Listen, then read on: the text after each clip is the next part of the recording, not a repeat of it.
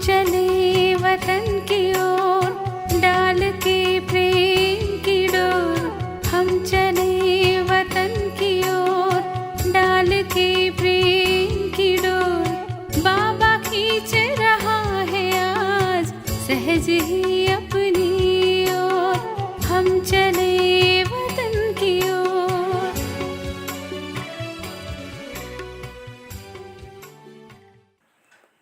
17-11-69 பூமியிலிருந்து ஆகாயத்திற்கு செல்வதற்கான யுக்திகள். இங்கு நடைபெறும் பட்டிக்கு எதற்காக வந்திருக்கின்றீர்கள்? தேகத்தில் இருந்தாலும் விதேகியாகி இருப்பதற்கான பயிற்சி செய்வதற்காக வந்திருக்கின்றீர்கள். எப்பொழுது இங்கு பாதம் பதிக்கின்றீர்களோ அப்பொழுதிலிருந்தே இந்த ஸ்திதி இருக்க வேண்டும். என்ன லட்சியம் வைக்கப்பட்டுள்ளதோ அதை நிறைவேற்றுவதற்காக பயிற்சி மற்றும் கவனம் தேவை. பாப்தாதா ஒவ்வொருவரையும் புதிய விஷயத்திற்காக அழைக்கின்றார்கள். அதர்குமார்கள் தன்னுடைய இல்லற வாழ்க்கை என்ற தலைகீழான ஏணியில் ஏறியிருந்தனர். அந்த தலைகீழான ஏணியிலிருந்து கீழே இறங்குவதற்காக விசேஷமாக அதர்குமார்கள் அழைக்கப்பட்டிருக்கின்றன. மேலும் தலைகீழான ஏணியிலிருந்து இறக்கிய பிறகு எதன் மீது ஏற்றப்பட வேண்டும்? ஆகாயத்திலிருந்து பூமிக்கு இறங்க வேண்டும். பின்னர் பூமியிலிருந்து ஆகாயத்திற்கு ஏற வேண்டும். தலைகீழான ஏணியை பற்றி ஞானம் சிறிதளவு உள்ளது. அந்த ஞானத்திலிருந்து அஞ்ஞானி ஆக்குவதற்காக மற்றும் சத்திய ஞானத்தின் அறிமுகத்தை கொடுத்து ஞான சொரூபம் ஆக்குவதற்காக அழைக்கப்பட்டிருக்கிறது. முதலில் இறக்க வேண்டும், பிறகு ஏற்ற வேண்டும். எதுவரை முழுவதுமாக இறங்கவில்லையோ அதுவரை ஏறவும் இயலாது. அனைத்து விஷயங்களிலும் தன்னை இறக்குவதற்கு தயாராக இருக்கின்றீர்களா? எவ்வளவு பெரிய ஏணியிலிருந்து இறங்க வேண்டும்? தலைகீழான ஏணி எவ்வளவு நீளமானது? இதுவரை செய்த முயற்சியின் மூலம் ஏணியிலிருந்து முழுவதுமாக இறங்கிவிட்டதாக எண்ணுகிறீர்களா? அல்லது இப்பொழுது வரை இறங்கிக் கொண்டிருக்கிறீர்களா? முழுமையாக இறங்கிய பின் ஏறுவதற்கு தாமதமாகாது. ஆனால் இறங்கிக் கொண்டிருக்கும் பொழுதே எங்கேயாவது நின்று விடுகிறீர்கள். என்ன லட்சியத்திற்காக அழைக்கப்பட்டிருக்கின்றீர்கள் என இப்பொழுது புரிந்து கொண்டீர்களா? 63 பிறவிகளில் ஏறிய தலைகீழான ஏணியிலிருந்து முழுவதுமாக இறங்க வேண்டும். இறங்குவது எளிதாக உள்ளதா அல்லது இறங்குவதே கடினமாக உள்ளதா? இறங்கி ஏறுவதற்கான முயற்சியை இப்பொழுது நீங்கள் செய்து கொண்டிருக்கிறீர்கள்.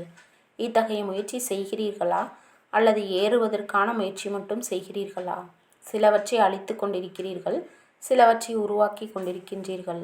2 காரியமும் நடக்கிறது அல்லவா? எந்த கடைசி படியிலிருந்து இறங்க வேண்டும் என்பது உங்களுக்கு தெரியுமா? இந்த தேக உணர்வை விட்டுவிட வேண்டும். எவ்வாறு சரீரத்தின் ஆடைகளை களையும் பொழுது எவ்வளவு எளிதாக களைகிறீர்கள், அவ்வாறே இந்த சரீரம் என்ற ஆடையை கூட எளிதாக களைய முடியும். மேலும் எளிதாக தேவையான நேரத்தில் தாரணையும் செய்யவும் வேண்டும். அனைவரும் இந்த பயிற்சியை முழுமையான விதத்தில் கற்றுக்கொள்ள வேண்டும். ஆயினும் சிலருக்கு இந்த தேக அபிமானம் ஏன் நீங்குவதில்லை? இந்த தேகம் என்ற சட்டை ஏன் எளிதாக களையப்படுவதில்லை? ஒருவருடைய ஆடை இறுக்கமாக இருந்தால் களைய இயலாது. இதுவும் அவ்வாறே. ஏதாவது சமஸ்காரங்களில் இந்த தேகம் என்ற ஆடை ஒட்டி கொண்டிருக்கிறது, அதாவது இறுக்கமாக இருக்கிறது. ஆகையினாலேயே நீங்குவதில்லை. இல்லையெனில் இறங்குவது, ஏறுவது அல்லது இந்த தேகம் என்ற ஆடையை களைவது மற்றும் தாரணை செய்வது மிக எளிதாகும். எவ்வாறு இந்த ஸ்தூல ஆடையை களைவது மற்றும் அணிவது எளிதாக உள்ளது அல்லவா? இந்த தேகம் என்ற ஆடையை எந்த சமஸ்காரத்தில் மாட்டியிருக்கிறது என்று பார்க்க வேண்டும். எப்பொழுது அனைத்து சமஸ்காரங்களிலிருந்தும் விடுபட்டு விடுவீர்களோ அப்பொழுது உங்கள் நிலை கூட தனிப்பட்டதாகிவிடும். ஆகையினால் பாப்தாதா கூட அனைத்து விஷயங்களிலும் ஈஸியாக இருங்கள். எப்பொழுதுதான் அனைத்திலும் எளிதாக இருப்பீர்களோ அப்பொழுது அனைத்து காரியங்களும் கூட எளிதாகிவிடும். தன்னை இறுக்கமாக வைத்துக் கொள்வதால் காரியத்தில் கூட இறுக்கம் வந்துவிடுகிறது. நீண்ட காலமாக முயற்சியில் ஈடுபட்டு கொண்டிருப்பவர்களிடம் இப்பொழுது அநேக கடமைகளில் தனித்தன்மை வந்திருக்க வேண்டும். இப்பொழுது இந்த பட்டியில் என்னவெல்லாம் இறுக்கம் உள்ளனவோ அவற்றையும் மற்றும் தலைகீழான ஏணியில் எஞ்சியுள்ள படிகளில் இருந்தும் தன்னை இறக்கவும் வேண்டும். மேலும் பிறகு லிஃப்டில் ஏறவும் வேண்டும். ஆனால் லிஃப்டில் அமருவதற்காக என்ன செய்ய வேண்டும்? லிஃப்டில் யார் அமர இயலும்? எப்பொழுது தனக்குள் விசேஷத்தன்மைகள் இருக்குமோ அப்பொழுதே வசீகரிக்கக்கூடியவர் ஆக முடியும். வசீகரிக்கக்கூடியவர் ஆவதற்காக மகிழ்ச்சியாகவும் இருக்க வேண்டும். மகிழ்ச்சியாக இருப்பது என்றால் அதீந்திரிய சுகத்தில் ஆடுவது என்று அர்த்தம். ஞானத்தை சிந்தனை செய்து மகிழ்ச்சியாக இருப்பது, அவ்யக்த ஸ்திதியின் அனுபவத்தை செய்து அதீந்திரிய சுகத்தில் ஆடுவது என்பதையே மகிழ்ச்சியாக இருப்பது என்பது சொல்லப்படுகிறது. மகிழ்ச்சி கூட மனம் மற்றும் உடல் ஆகிய இரண்டிலுமே இருக்க வேண்டும்.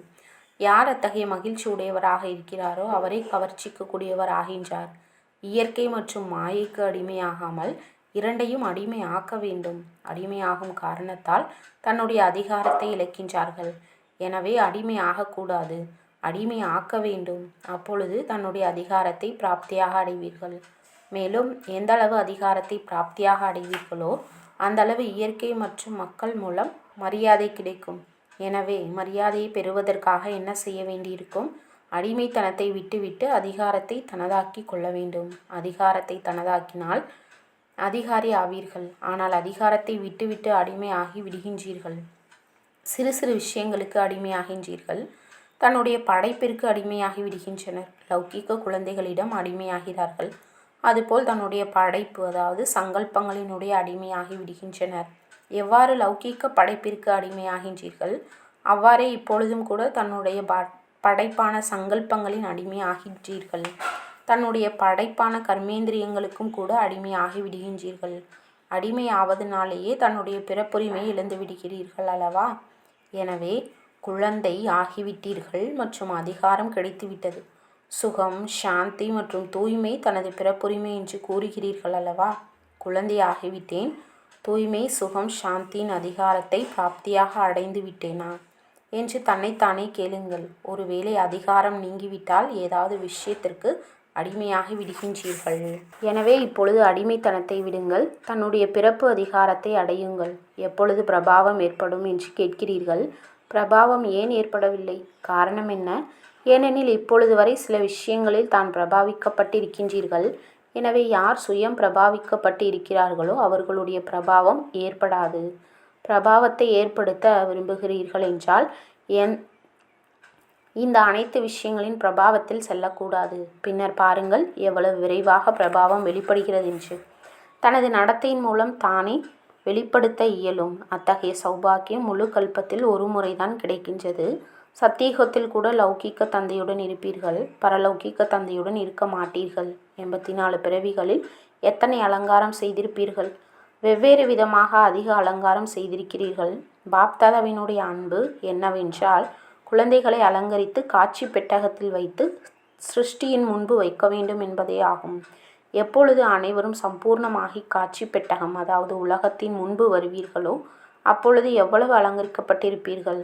சத்தியுகத்தின் அலங்காரம் அல்ல, குணங்கள் என்ற ஆபரணங்களை தாரணை செய்ய வேண்டும். तुम बच्चों को तो सर्विस करनी है, जो बाबा कहते हैं सबको ये बताओ कि देखो तुम्हारा एम एंड ऑब्जेक्ट ये है, एक गीता है बढ़िया, ये राजयोग है ना बच्चे। कैसे है राजयोग? बिल्कुल सहज है कि बाप को याद करो तो ये वैसा मिलेगा तुमको। ओम शांति।